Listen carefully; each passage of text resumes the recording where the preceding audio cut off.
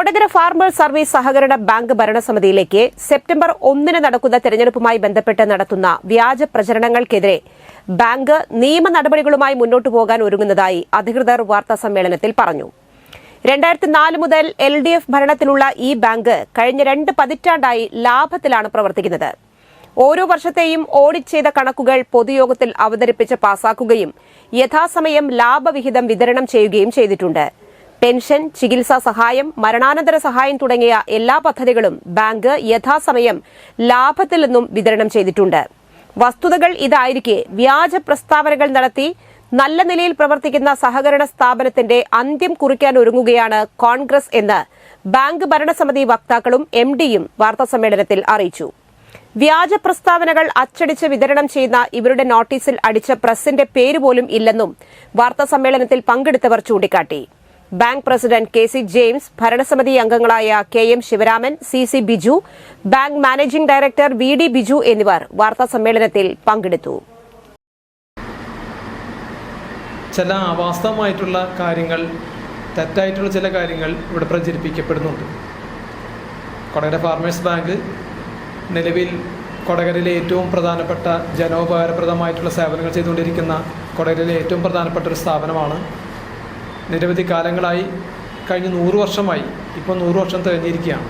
100 വർഷമായി കൊടകരയിലെ സഹകാരികളുടെ ഏറ്റവും പ്രധാനപ്പെട്ട സ്ഥാപനമാണ്. കഴിഞ്ഞ 24 വർഷമായിട്ട് ലാഭത്തിലുമാണ്. എല്ലാ വർഷവും ലാഭവിഹിതവും ഡിവിഡൻറ്റും എല്ലാം നമ്മൾ വിതരണം ചെയ്തുകൊണ്ടിരിക്കുന്നുണ്ട്. ഒട്ടനവധി ജനക്ഷേമ പ്രവർത്തനങ്ങളും നമ്മൾ ചെയ്തുകൊണ്ടിരിക്കുന്നുണ്ട്. അപ്പോൾ ഇതിനിടയിലാണ് ഈ തെരഞ്ഞെടുപ്പുമായി ബന്ധപ്പെട്ടുകൊണ്ട് ഒരു വിഭാഗം അവരുടെ നോട്ടീസിൽ ചില തെറ്റായ പരാമർശങ്ങൾ ബാങ്കിനെ സംബന്ധിച്ച് എഴുതിയിട്ടുള്ളത്. ജില്ലയിലെ പ്രമുഖ ക്ലാസ് 1 സഹകരണ ബാങ്കാണ്.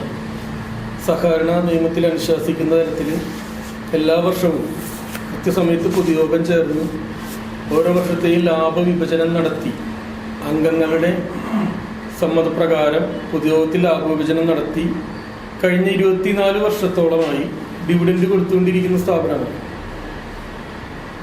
അത്തരത്തിൽ ലാഭത്തിൽ പ്രവർത്തിക്കുന്ന സംഘങ്ങൾക്ക് മാത്രമേ ഡിവിഡൻഡ് നൽകാൻ സാധിക്കുകയുള്ളൂ. കഴിഞ്ഞ വർഷത്തെ 2022-23 വർഷത്തെ വരെ ലാഭവിഭജനം പൂർത്തിയായിട്ടുള്ളതാണ്.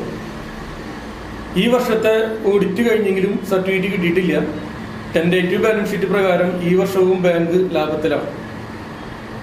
അത്തരത്തിലിരിക്കെ ബാങ്ക് നഷ്ടത്തിലാണെന്നും ലാഭത്തിലാക്കി ഡിവിഡൻഡ് വിതരണം ചെയ്യുമെന്നുള്ള പരാമർശം ബാങ്കിന്റെ മാന്യ മെമ്പർമാരിലും സഹകാരികളിലും മറ്റ് ഡെപ്പോസിറ്റേഴ്സിലുമെല്ലാം ആശങ്ക ഉളവാക്കുന്നത് അത് ബാങ്കിന്റെ നിലനിൽപ്പിനെ തന്നെ ബാധിക്കുന്നതുമായാണ് വിലയിരുത്തപ്പെടുന്നത്.